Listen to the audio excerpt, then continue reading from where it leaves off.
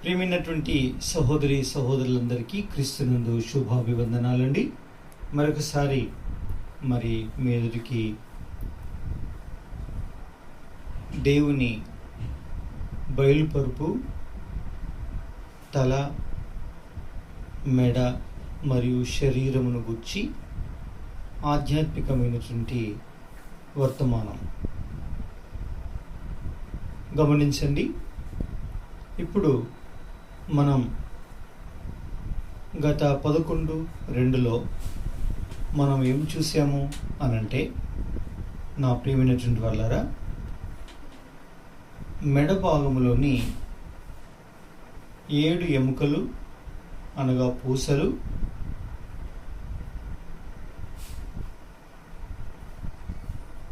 పాత నిబంధన గ్రంథం ప్రకారంగా ఎవరికి సాదృశ్యం అని చూశాం. ప్రవక్తలు, ప్రధాన యాజకుడు, యాజకులు అని 7 వరకు చూశాం. ఇప్పుడు మనం నూతన నిబంధన గ్రంథంలో నిబంధన ప్రకారంగా ఈ 7 ఎముకలు ఎవరిని చూపిస్తుంది అనేది మనం ఇప్పుడు చూడబోతున్నాం. ఎఫెసీయులకు రాసిన పత్రిక 4వ అధ్యాయము 13వ వచనాన్ని మనము చదువుకుందాం. పరిశుద్ధులు సంపూర్ణునవునట్లు క్రీస్తు శరీరము క్షేమాభివృద్ధి చెందుటకును పరిచర్య ధర్మము జరుగుటకును ఆయన కొందరిని అపోస్తలుగాను, కొందరిని ప్రవక్తలుగాను, కొందరిని సువార్తికులుగాను, కొందరిని కాపురులుగాను, ఉపదేశకులుగాను నియమించెను. గమనించండి, ఇక్కడ ఎఫెసీయులకు రాసిన పత్రిక 4వ అధ్యాయం 11వ వచనం ప్రకారముగా ఇక్కడ మనకు 5 రకముల పరిచర్య చేయు వారున్నారు.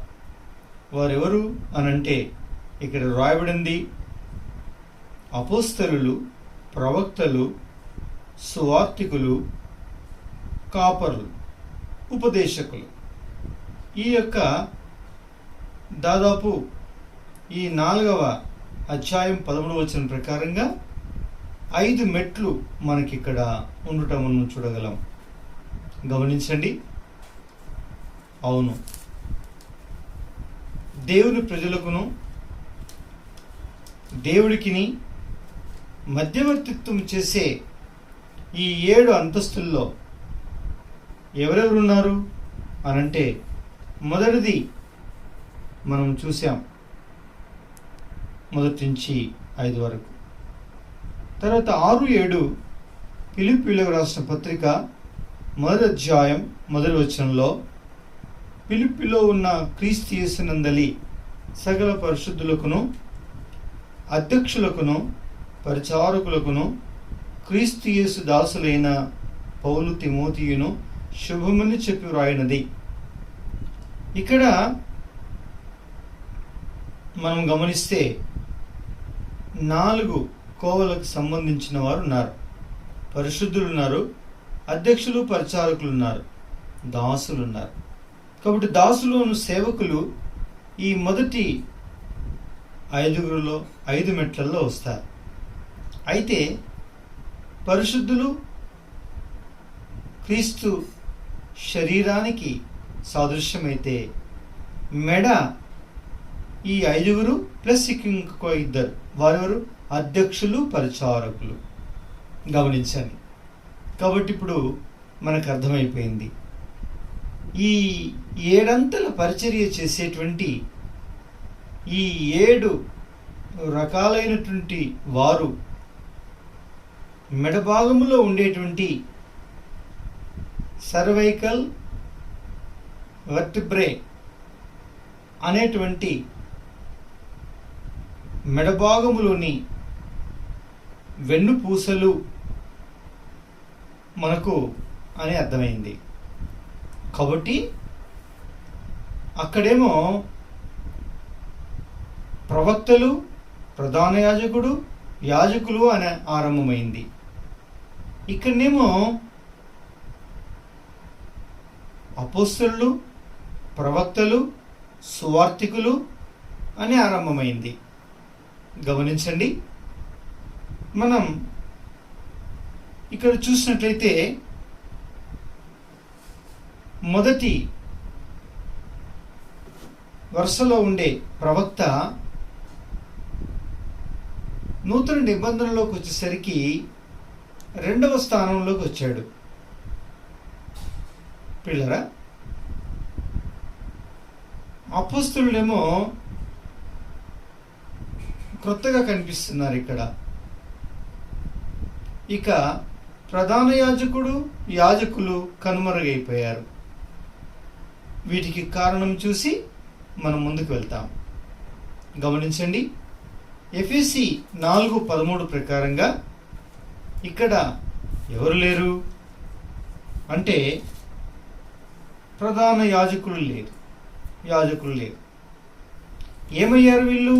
ప్రధాన యాజకులు ఏమయ్యారు? పిల్లరా, లేకుండా పోయారు.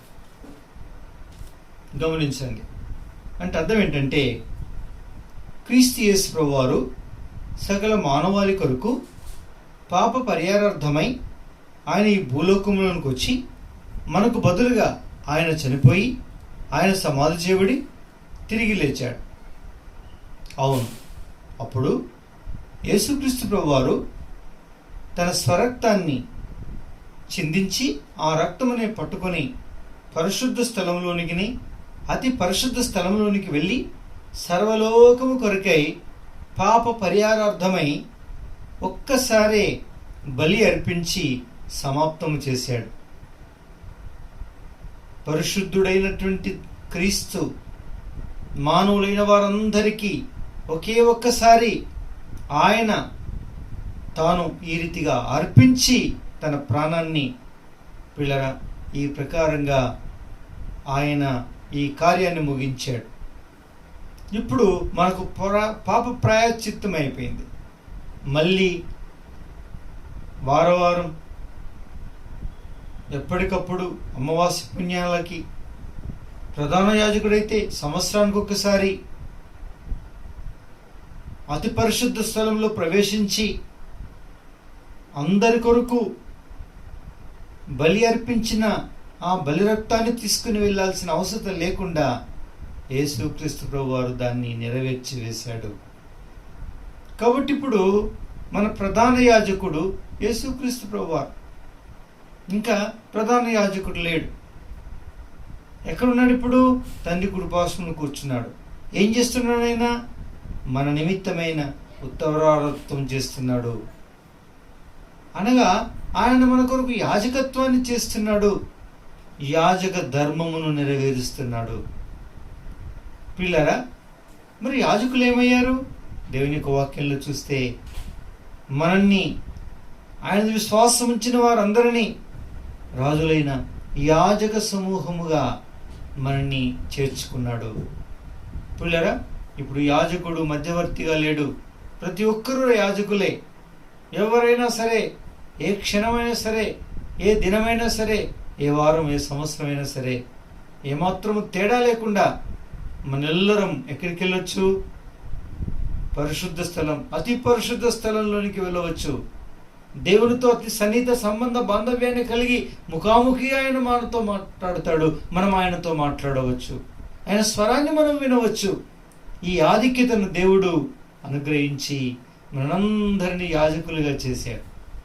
అందుకే యాజక పరిచర్య అనేది మధ్యవర్తిత్వం పరిచర్య కాదుగా, పరిశుద్ధులందరికీ అది అనుగ్రహించబడింది, పంచిపెట్టబడింది.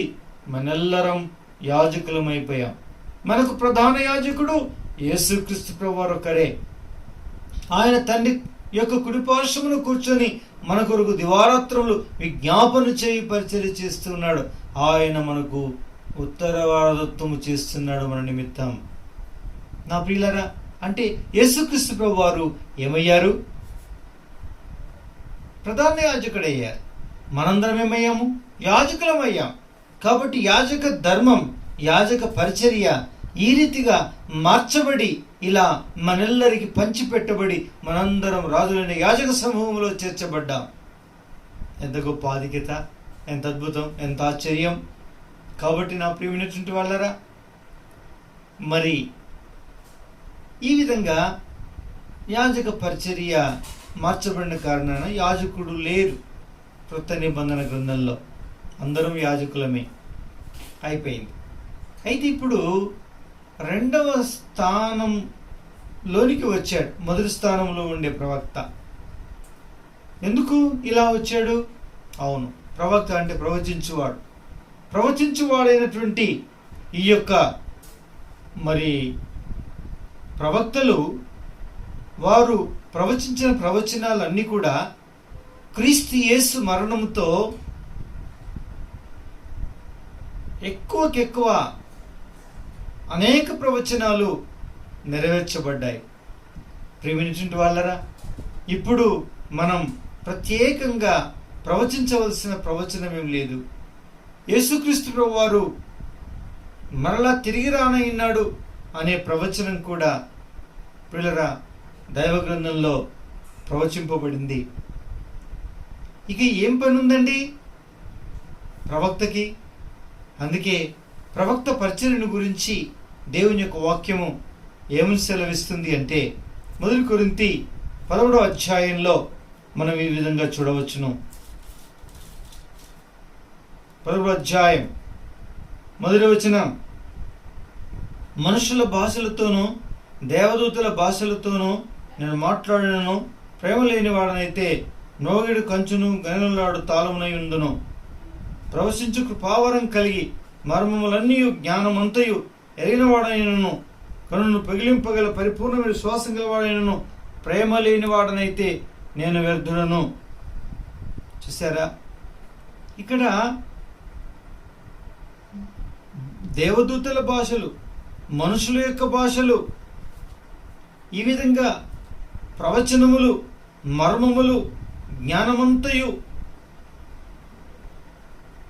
ఇవన్నీ కలిగి ఉన్న ఇవన్నీ కూడా మరి ఏమవుతాయని రాయబడింది గమనించండి. టీవీ వల్లరా ఒక్క మాట చెప్పాలంటే నిలిచిపోవచ్చును, అవన్నీ నిలిచిపోవచ్చును అని మనం దైవ గ్రంథంలో చూడగలం. గమనించండి. కాబట్టి ఇప్పుడు ప్రవచనముతో,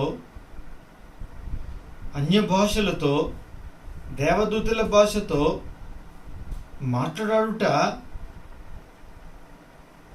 ఇవన్నీ కూడా కలిగి ఉండుట కంటే మిక్కిలి అవసరమైనది ఈ లోకంలో ఏంటండి? ప్రేమ కలిగి పరిచర్య చేసేదే.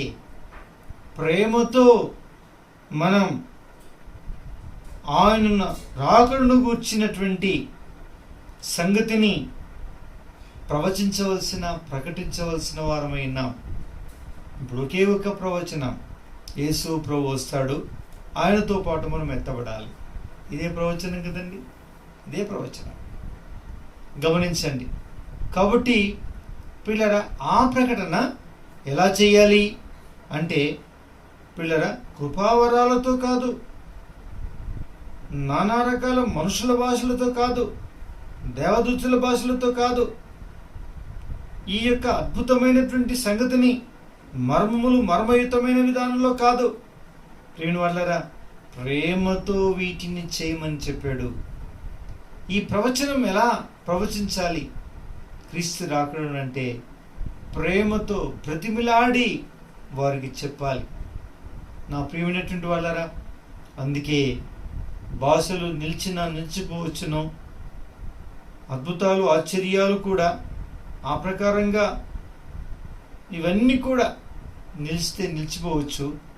కానీ క్రీస్తు రాకడను గూర్చిన ప్రవచనం మాత్రం ఎప్పుడు చెప్తూ ఉండాలి. ప్రియులారా, ఇదొక్కడే నిలిచింది. అంటే దాదాపు క్రీస్తు రాకడతో సగం కంటే ఎక్కువగా ఆయన గూర్చిన ప్రవచనాలు నెరవేర్చబడ్డాయి. ఇక ఉండేది కొంచెం, అది రాకడ గూర్చి, ప్రభు 1000 ఏళ్ల పరిపాలన గూర్చి. పిల్లరా, ఇదంతా కూడా మరి అంతగా చెప్పుకోదగ్గ మరలా కొత్తగా ప్రవచించేది ఇంకేది కూడా లేదు. వాటిని రిపీట్ చేస్తూ చెప్పాలి, ప్రజల్ని హెచ్చరించాలి. కాబట్టి ప్రవక్త పరిచర్య తగ్గింది. అందుకే నా ప్రియమైనటువంటి వాళ్ళరా, కొత్త నిబంధన గ్రంథంలోకి వచ్చేసరికి ఎఫెసీయులకు రాసిన పత్రిక 4వ అధ్యాయం 11వ వచనం ప్రకారంగా ప్రవక్త యొక్క స్థానం 2వ స్థానంలోనికి వచ్చింది.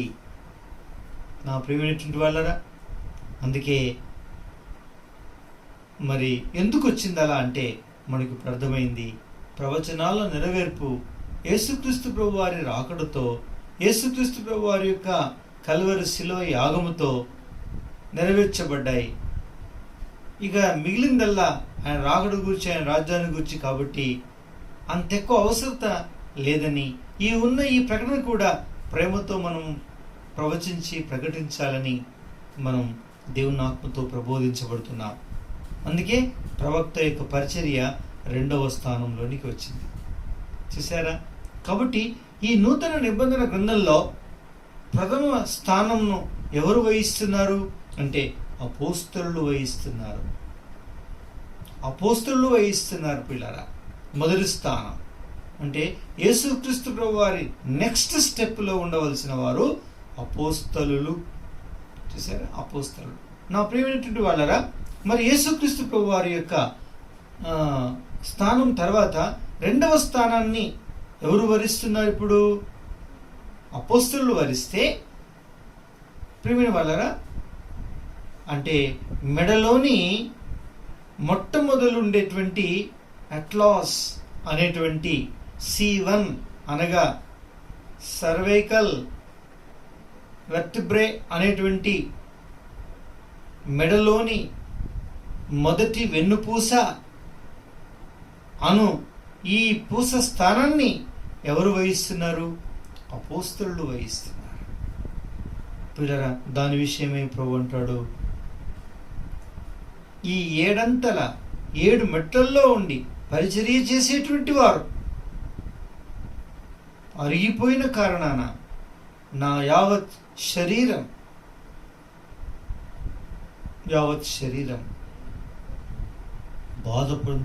బాధపడుతుంది, బాధ నొందుతుంది.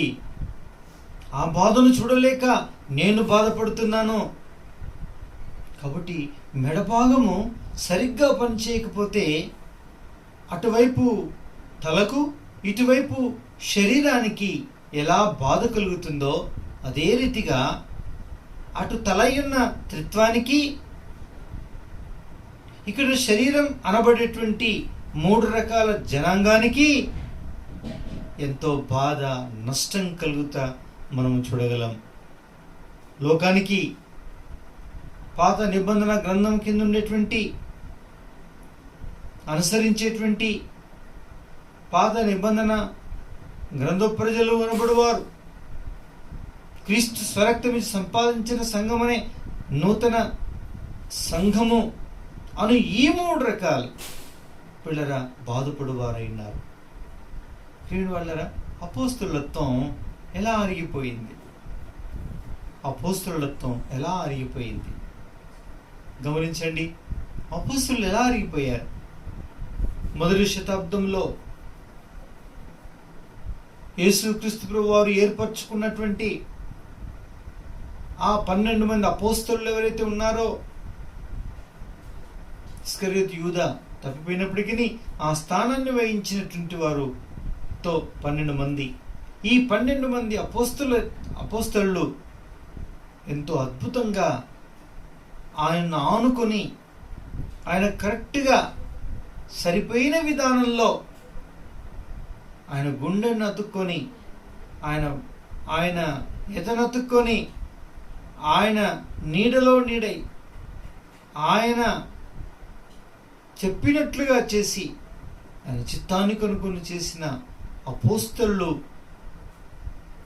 దాదాపు ప్రపంచమంతట్లో కూడా 12 వైపులా ఎంతో అద్భుతమైన విధానంగా చెదిరిపోయిన వారై ఆయా ఖండాల్లో, ఆయా ప్రదేశాల్లో, ఆయా దేశాల్లో వాళ్ళు ప్రాణత్యాగము చేసి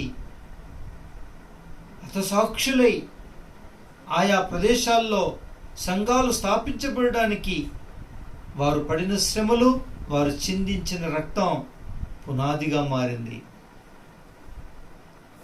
మన దేశమే దానికి ఉదాహరణ. మన హిందూ దేశం అనబడేటువంటి ఈ భారతదేశానికి కేరళ అను రాష్ట్రము సముద్రపు ఒడ్డున ఉన్నటువంటి ఈ ప్రదేశానికి తోమా వచ్చి తన సువార్త ప్రకటించి తమిళనాడు, కేరళ ఇంకా ఈ పరిసర ప్రదేశాలన్నింటిలో కూడా ఎన్నో అద్భుతమైనటువంటి కార్యాలను చేసి చివరికి తన ప్రాణాన్ని పణంగా పెట్టి తాను ఓడ్చిన రక్తం మన దేశ రక్షణకు పునాదిగా వేసి నా ప్రియమైన వాళ్ళరా తాను ఈ రీతిగా సమర్పించుకున్నాడు. ఈ రీతిగా ఘనమైనటువంటి పరిచర్య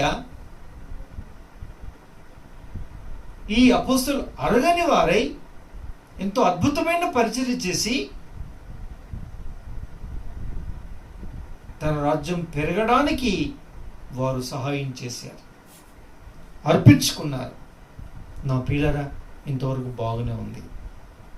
కానీ ఆ తర్వాత ఏమైంది అని మనం గమనిస్తే నా ప్రియమైనటువంటి వాళ్ళరా అపోస్తలుల యొక్క పరిచర్య అరిగిపోవటను చూడగలం.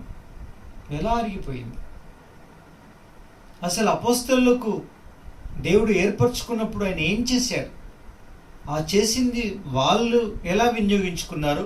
దాని తర్వాత ఏ విధంగా అది అంతరించిపోయింది, లేక దాని తీవ్రత ప్రభావం తగ్గుతూ వచ్చింది? అందుకేనా అరిగిపోయింది అపోస్తలత్వం అనే దాన్ని మనం చూస్తే, అవును, ఈ C1 అనేటువంటి సర్వైకల్ వర్టిబ్రే మెడలో మొట్టమొదలు పూస అనే అట్లాస్ భరించవలసింది ప్రపంచమంతటిని కూడా, భూభాగం అంతటిని కూడా క్రీస్తుని గురించి ప్రకటించి అట్టి అధికారము చేత పరిచరణ చేసి భరించాల్సినటువంటి అపోస్తలత్వం దేన్ని ఆధారం చేసుకొని చేయాలా? అందుకే పిల్లరా దేవుని యొక్క వాక్యంలో మత్తయి సువార్త 10వ అధ్యాయంలో ఇలా రాయబడింది. ఏమని సెలవిస్తుంది అని మనం గమనిస్తే 10వ అధ్యాయం మొదటి వచనాన్ని చదువుకుందాం. మొదటి వచనం, ఆయన తన 12 మంది శిష్యులను పిలిచి అపవిత్రాత్మను వెలువడుటకును ప్రతి విధమైన రోగమును ప్రతి విధమైన వ్యాధిని స్వస్థపరచుటకును వారికి అధికారం ఇచ్చెను. ఆ 12 మంది అపోస్తలుల పేర్లు ఏమనగా, మొదట పేతురు, సీమోను, అతని సహోదరుడు ఆంద్రే. ఇలా మొదలుపెట్టాడు. పిల్లలు చూసారా ఏం చేశాడు? ఈ 10వ అధ్యాయం మొదటి వచనంలో 12 మంది శిష్యుల్ని పిలిచి వారికి ఏమిస్తున్నాడు? వారికి అధికారం ఇచ్చాను. చూసారా ఎంత అద్భుతం! అధికారం ఇచ్చాడు. గమనించండి, అపోస్తలులను పిలిచాడు, అధికారం ఇచ్చాడు, పంపినాడు. అపోస్తలుడు అంటే అర్థం మనం ఎరిగిన ప్రకారముగా పంపబడుట, పంపబడినవాడు అని అర్థం కదండి. తనైన దేవుడు క్రీస్తు యేసు ప్రభువారిని ఈ పాపిష్టి లోకులను పంపించాడు. ఆయన మొట్టమొదటి అపోస్తలుడై ఉన్నాడు. పిల్లరా ఆయన తన శిష్యుల్ని ఏర్పరచుకున్నాడు. ఏర్పరచుకున్న శిష్యుల్ని వారికి అధికారం ఇచ్చి వారిని పంపాడు. వారు సంఘాలు స్థాపించారు. వారు ఆ తదనంతరం వచ్చిన వారిని పంపించారు సంఘముగా ప్రార్థన చేసి. ఈ రీతిగా అపోస్తలత్వం కొనసాగుతూ ఉంది. ఈ అపోస్తలత్వంలో ప్రధానమైనది ఏమిటి ఆయన ఇచ్చింది అంటే అధికారం ఇచ్చాను అని రావడం. ఏమిచ్చాడు? అధికారం ఇచ్చాడు. ఎందుకు ఇచ్చాడండి ఈ అధికారం? గమనించండి. అదే ఇక్కడ చెప్పాడు కదా, అపవిత్రాత్మను వెళ్ళగొట్టడానికి, రోగాలను స్వస్థపరచడానికి, వ్యాధులను స్వస్థపరచడానికి. అందుకే కదా ఇచ్చింది. అవి మనం చేయలేండి.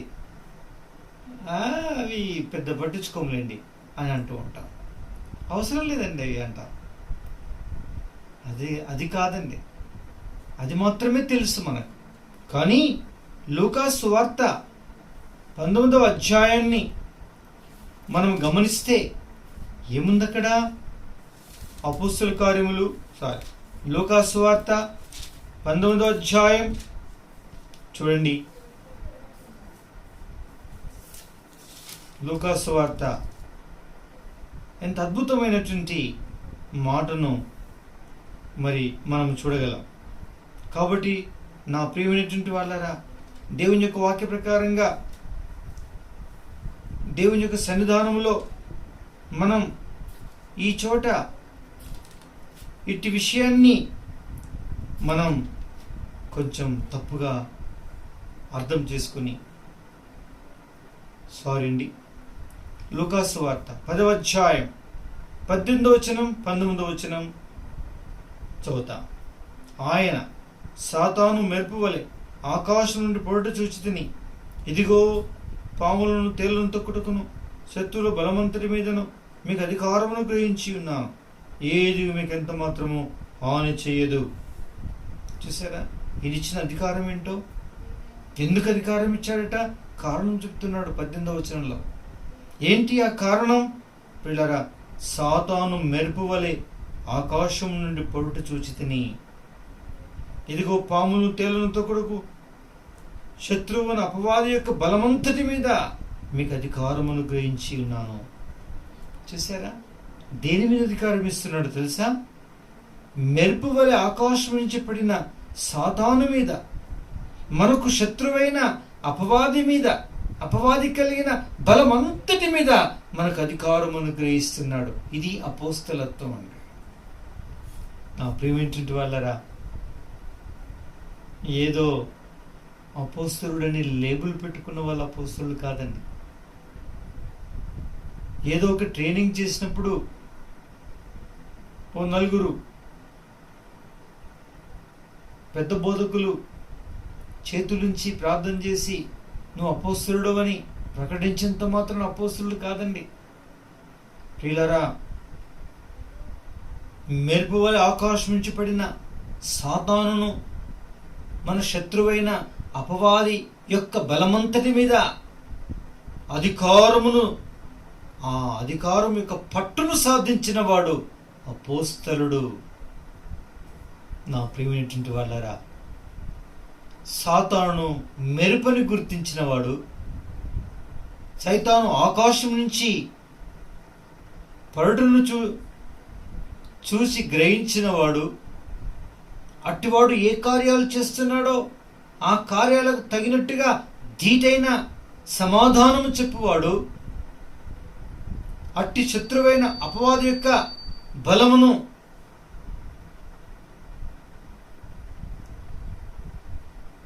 దేవుని ఆత్మ కలిగి ఎదుర్కొని వానికి మాటి మాటికి బుద్ధి చెప్పినటువంటి వాడు అపోస్తలుడు. పిల్లారా, అది అపోస్తలత్వం. నా ప్రియమైనటువంటి వాళ్ళారా, అందుకే దేవుని యొక్క వాక్యంలో నా ప్రియమైనటువంటి వాళ్ళారా, మెరుపు వలె పడుట చూశాను అన్నాడు. ఇదేంటండి? ఎక్కడి నుంచి వచ్చింది ఇది? దేవుని యొక్క వాక్యంలో ప్రకటన గ్రంథంలో చూస్తే, ప్రియమైనటువంటి వాళ్ళారా, 5వ అధ్యాయం గమనించండి. 5వ అధ్యాయం దేవుని యొక్క వాక్యంలో మనము గమనించి చదివినట్లయితే, ప్రకటన గ్రంథం 12వ అధ్యాయం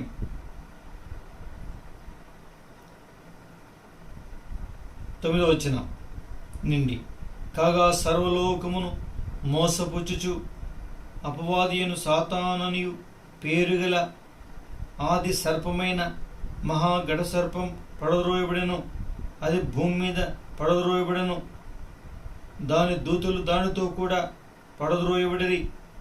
మరియు ఒక గొప్ప స్వరం పరలోకముందులాగు చెప్పుట వింటిని, రాత్రింబగళ్ళు మన దేవుని ఎదుట మన సహోదరుల మీద నేరం మోపువాడైన అపవాది పడద్రోయబడి ఉన్నాడు గనుక ఇప్పుడు రక్షణయు శక్తియు రాజ్యము మన దేవుని వాయును. ఇప్పుడు అధికారమైన క్రీస్తు దాయను వారి గొర్రెపిల్ల రక్తమును బట్టి తామిచ్చిన సాక్ష్యమును బట్టి వారిని జయించి ఉన్నారు, కానీ మరణం వరకు తమ ప్రేమించిన వారు కాదు. అందుచేత పరలోకమా, పరలోక నివాసులారా ఉత్సహించుడి. ఇక్కడి వరకు బాగుందండి. ఇక నుంచి భూమి సముద్రమా మీకు శ్రమ, అపవాది తనకు సమయం కొంచెమే తెలుసుకొని బహు క్రోధం గలవాడై మీ యుద్ధకు దిగి వచ్చి ఉన్నాడని చెప్పాను. గమనించండి, ఎంత మంచి మాట. ఇక్కడ ఏం సంభవించింది అంటే 7వ వచనం నుంచి చూస్తే మనకు అర్థమవుతుంది. పరలోకమందు యుద్ధం జరిగింది.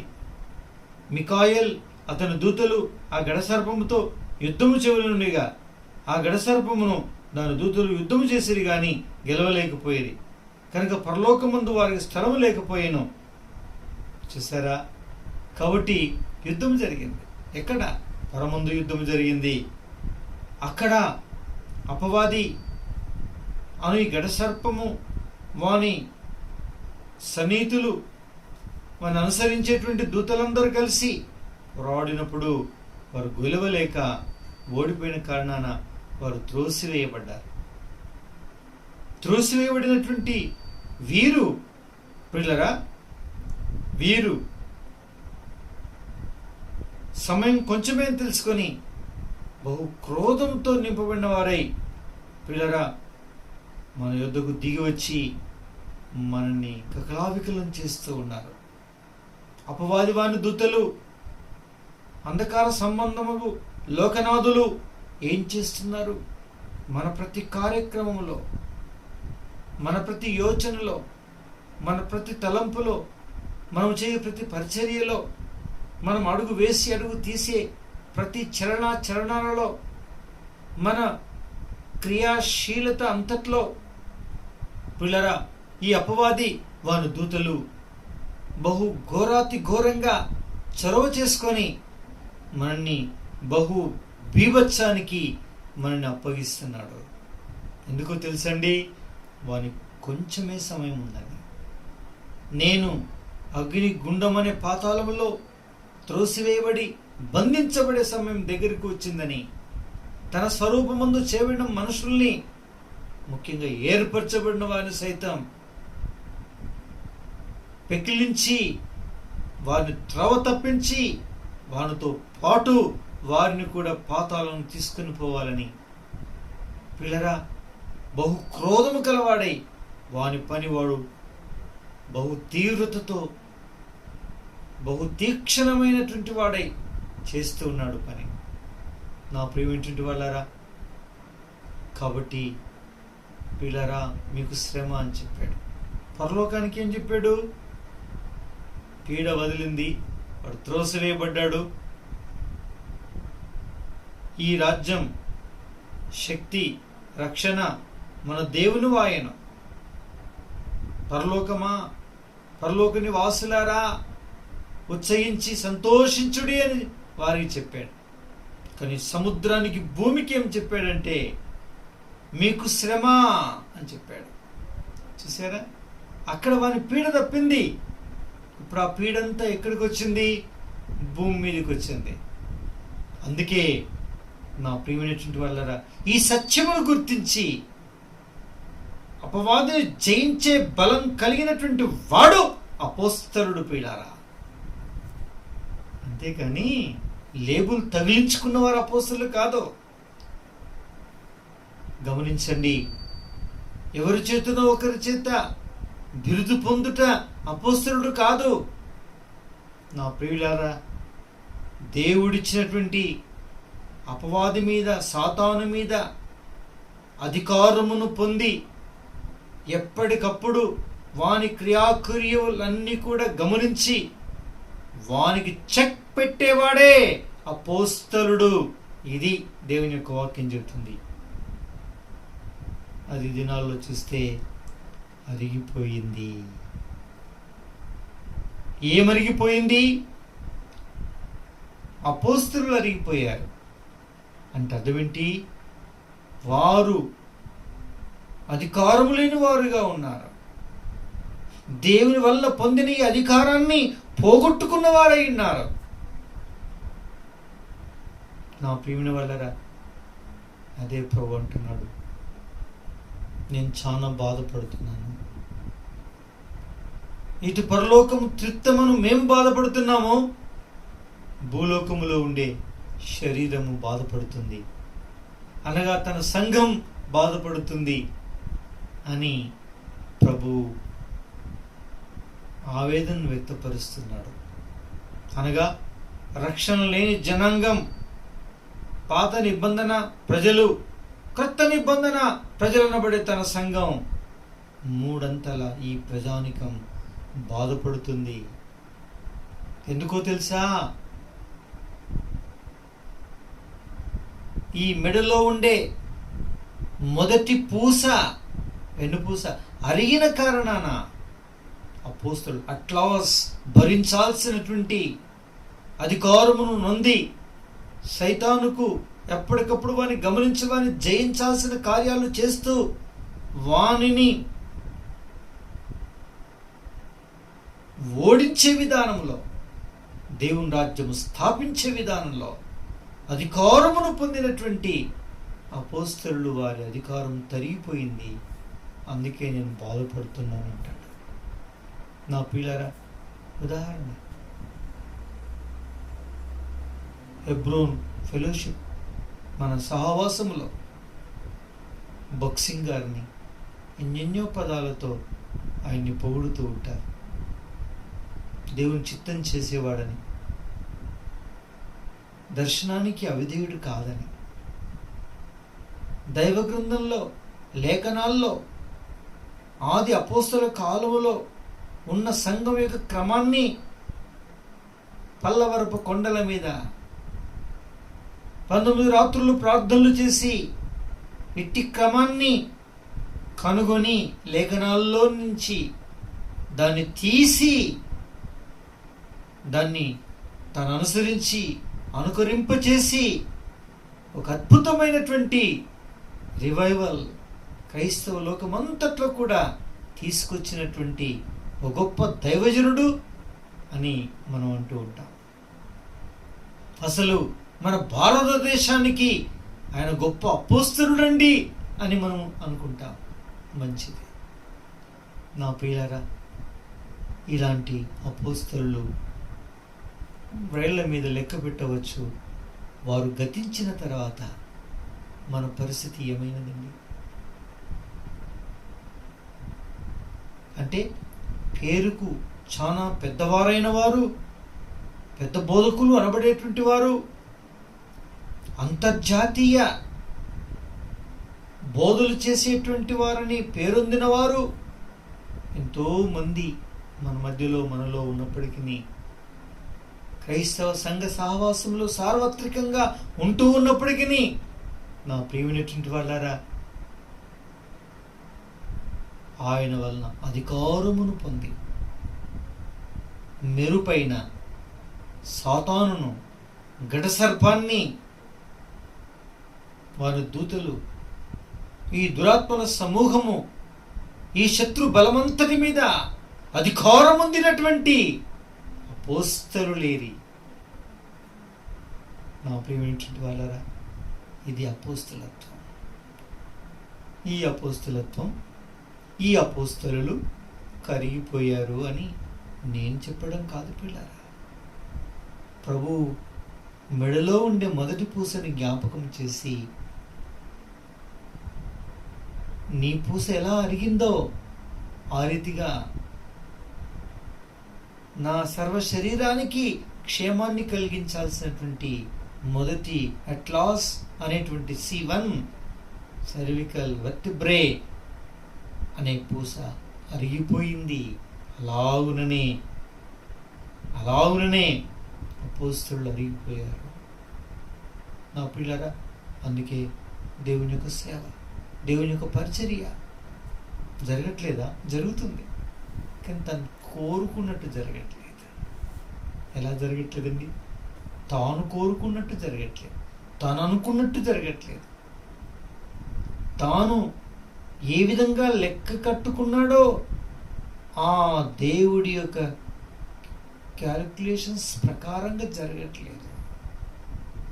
నా ప్రియమైనటువంటి వాళ్ళరా, అందుకే ప్రభు క్షమాపణ కోరుకుందాం. ప్రభా, నన్ను మీరు క్షమించండి. అవును తండ్రి, నేను కూడా ఇందులో కారుకుని సేవకులుగా తల వంచి ప్రార్థన చేసుకుందాం. ప్రభా, నన్ను క్షమించండి తండ్రి. పిల్లల సంఘం ప్రార్థన చేస్తుంది, చెయ్యాలి. పరిశుద్ధులు ప్రార్థన చేయాలి. ఓ దేవా, మొట్టమొదటి వరుసలో ఉండే అపోస్తలులను మా దైవ సేవకులు అధికారము లేని వారుగా, నా తండ్రి, మెరుపు వలె మెరిసిన భూమి మీద పడిన అపవాది యొక్క కుతంత్రములను, వాని బలమునంతటిని కూడా గుర్తించి దానంతటి మీద అధికారము పొందవలసినటువంటి వాడిని, అటు అధికారం కలిగి సేవ చేయడం కొరకై అనిమితం ప్రార్థన చేయాల్సినటువంటి దానిని వాడిని ప్రభావ చేయలేకపోతున్నా. నన్ను క్షమించండి తండ్రి. క్షమాపణ కోరుకుందాం. ఒక్క నిమిషం మౌనంగా ప్రార్థన చేసుకుందాం. ప్రియమైన పరలోకపు తండ్రి, పరిశుద్ధమైన దేవా, హృదయపూర్వకమైన స్తోత్రములతో క్రీస్తు ప్రభు వారి పుణ్యనామంలో ఈ విధంగా నీ పాదముల చింతకు రాగలిగే కృపా భాగ్యం ఇచ్చారు. మీకు అందరం దౌర్భాగ్యుడను భ్రష్టుడను నేను ప్రేమించారు, కరుణించారు. దేవుని అత్యంతమైన కృపను బట్టి హృదయమారు మిమ్మల్ని పూజించి మిమ్మల్ని ఆరాధిస్తున్నాను తండ్రి. మీ ప్రశస్తమైనటువంటి లేఖన భాగాల కొరకే నీ కొందనములు. అవును, నూతన నిబంధన గ్రంథములో మొదటి ఈ వరుసలో ఉండేటువంటి అపోస్తలుల యొక్క పరిచర్య అంటే ఏమిటో, వారు పొందినదేమిటో మాకు వివరించారు. దేవా, అట్టి వారు లేని కారణాన ఈ దినం ఎంతో బాధ, ఎంతో వేదన, ఎంతో కష్టం నాయన. సంఘానికి, అటు త్రిత్వానికి మీకు దేవా క్షమించండి. నేను కారుకుని నేను ప్రార్థించాల్సిన దానిలో ప్రార్థించక, వేచి ఉండవలసిన విధానంలో వేచి ఉండక, ఎదురు కనిపెట్టక, ఈ రీతిగా నేను మీకెంతో నష్టాన్ని కలిగించేవానిగా ఉన్నాను, పరోక్షంగానో ప్రత్యక్షంగానో. ప్రభా, నన్ను క్షమించండి, మీ అగ్నితో కాల్చండి. ఇలా ప్రార్థన చేసుకున్న వారందరికీ సహాయపడు నామానికి మహిమ తెచ్చుకోమని వందనం తెలుస్తూ, స్తుతిస్తూ, కొనియాడుతూ యేసు నామంలో ప్రార్థించి సమర్పిస్తున్నాం తండ్రి. ఆమేన్. ఆమేన్. Praise lord.